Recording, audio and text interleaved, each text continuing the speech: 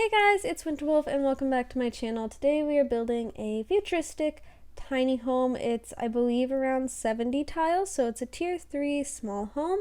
And the reason I'm saying futuristic is it's definitely not modern, and I really don't think it falls under any sort of like contemporary style. So futuristic was kind of the only adjective I'm left for this build. I do think it kind of looks like a little like spaceship pod thing. So it does look kind of futuristic to me. It's not like super futuristic, but it's definitely like avant-garde for the exterior at least. The interior is actually furnished pretty normally. I don't know why I didn't try doing anything more futuristic for the rest of it, but I did want this. I don't know, I just felt like doing something simple on the interior instead, because there's definitely ways you could make this look more futuristic with using like get to work stuff or like using the Cosmolux. I think would be helpful, the Cosmolux tag in styles for build items. That would have been cool. Maybe we could put like a more spaceshipy theme in there, but I'm just making this a normal house, but the exterior is like fancy and futuristic. So yeah, you see that I'm trying to do all this fancy stuff. Eventually I'm like, that's way too much, and I just have this little front part that looks different, but the rest of it looks rather normal. And yeah, I really like how this turned out. I just felt like building something different. I build a lot of modern homes, and lately I've been building. I feel like I've kind of hit the home stretch of like every single type of build you can do, or like aesthetic, I guess. Like I've done modern builds, I've done like farmhousey builds, I've done traditional builds. I've even done a like gothic build before.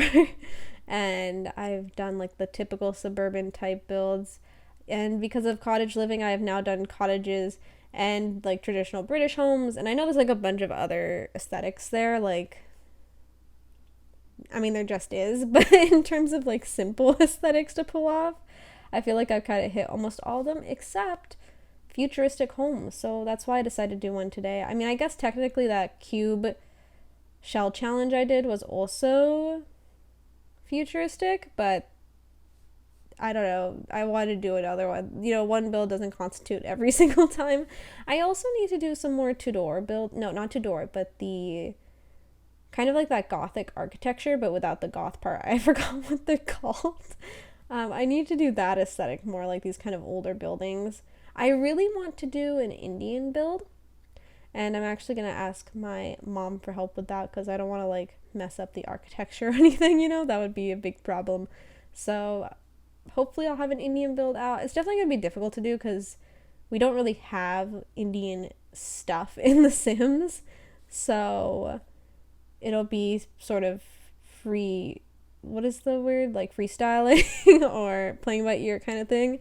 And I think that's going to be really cool. I've also never actually did a super Moroccan build either with the new Oasis kit. I mean, I did a Moroccan build, but it was like a tiny home that used some of the items, and yes, some of the architecture was like Moroccan, but it was like a tiny home. So obviously I didn't delve that deep into the architecture of Morocco, and I would like to do that at some point. So maybe I should look into that again. But yeah, if you guys have any styles that you guys want me to do, let me know in the comments down below. I'm always happy to try new styles, especially now that I'm getting kind of bored of building again. So the best way to not be bored is to try new things. And I think that would be really, really great. Oh, the cool thing about this house is pretty much the entire house is enveloped in skylights. So the whole entire top of the house is glass roofing, and then that back uses these island living platform things. I don't know what they're called, but they're just really useful, and I'm glad we have them. I think they were actually made so that you could put them on walkways of like the ocean and stuff, but they work really well for skylights, especially if you don't like doing the roof thing.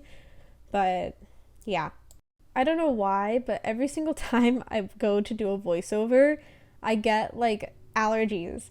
And so now I'm just, if I sound stuffy, it's because of my allergies. I'm so sorry. I don't know why. I've been fine all day, but of course the moment I want to record a voiceover, my allergies hit. Like, I don't know, maybe I'm allergic to something in my room. I don't know why. I just suddenly, every single time I want to do a voiceover lately, allergies. Why is the timing so good? You know? But yeah. So going back into the build. So this is a 1-bedroom home. It's also 1 bathroom, and it's literally like the smallest bathroom known to man. It's that 2-tile bathroom, 1 by 2. So we have the toilet and the shower from Discover University. And then we have the sink obviously in the kitchen, so you can use that. But you can't have this house functional without using the university shower unless you just expand the bathroom a little bit. I didn't want to do that, so I used the university shower. But it should function. I didn't play test this. I don't anticipate anything not being functional though. Like, it doesn't really look like hard to function, except for maybe you might need to move around some of the furniture for the living room, because I'm not actually sure if Sims can walk through the living room to the bedroom. Like, I think that's the only issue I could foresee there. But everything else should be fine. And I honestly don't think that the living room is going to have issues. It's just in case it might.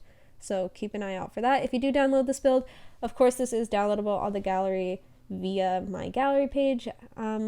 I have my gallery linked in my link tree. So if you're one of the people that actually uses the online version of the gallery rather than just going in game, it's linked on my link tree, which is always in my description box. So, you know, if you want it, you can look over there. And yeah, here I was trying to I try to make it look more futuristic, but clearly I don't stick with any sort of like super futuristic theme here, but I just kind of pick things that could look futuristic-ish, but not super futuristic. I don't know. I didn't really want to furnish this to be like a weird mad scientist house, because you definitely could, especially if you have Strangerville, get to work.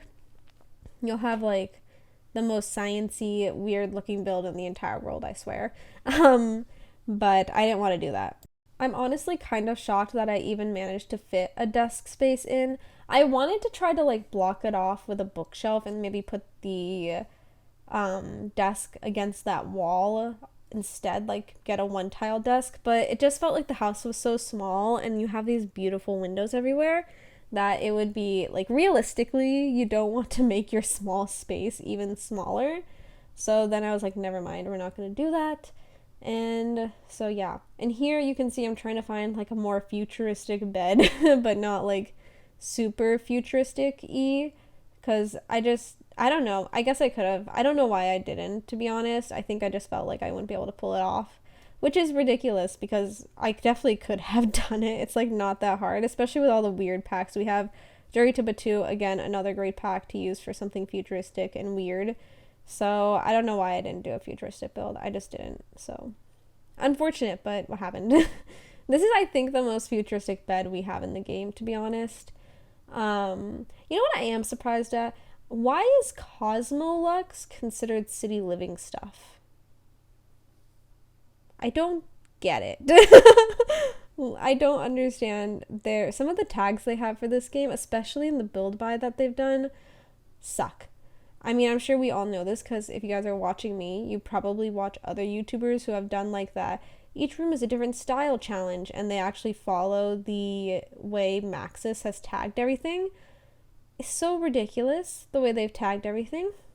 You can't use anything, and it's like, why have the tags there at all? So if you're ever looking for a style, don't use the tags. Maybe use them to get an idea of what it is, but like, don't use the tags to actually find the items because it doesn't work out well. I wonder if a modder has fixed that. I feel like some modder must have fixed the bad tagging by now. I just haven't looked into it. Maybe I should, because I would use that so much more if it was like tagged properly, but it's just not. Although their industrial tags are pretty like on point. That's their only tags that are on point though.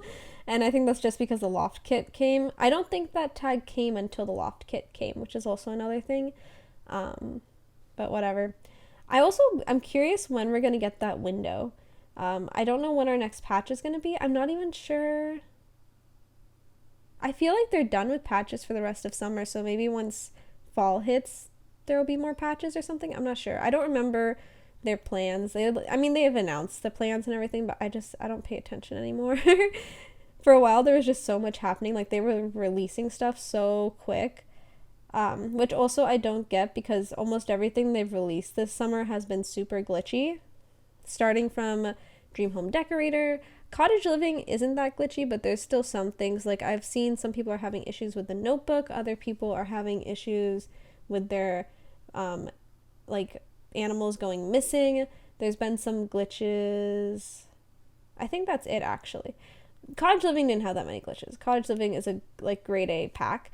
But then before we fast forward onto the Industrial Loft kit, which people are super peeved about because of the window, and people are just in general weren't like happy with the kit that it came out, because one, it was another build kit.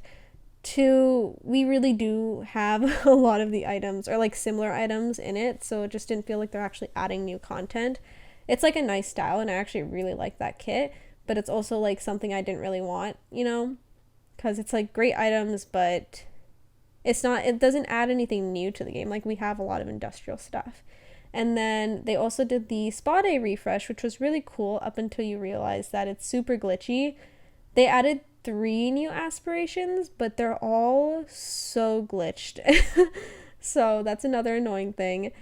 So they released stuff really quickly, and I have to say they didn't do a very good job this summer. Like, I like getting the new items and stuff, but I don't like the glitchy aspect that's going on. But anyways, I think we're hitting the end of the video, so I'm gonna say goodbye to you guys. If you guys like this video, please give it a thumbs up. If you're like me, hit the subscribe button, and if you're real like me, you're notified every time I post a video, go ahead and hit that bell button. I hope you guys have a great day, and I will see you next time.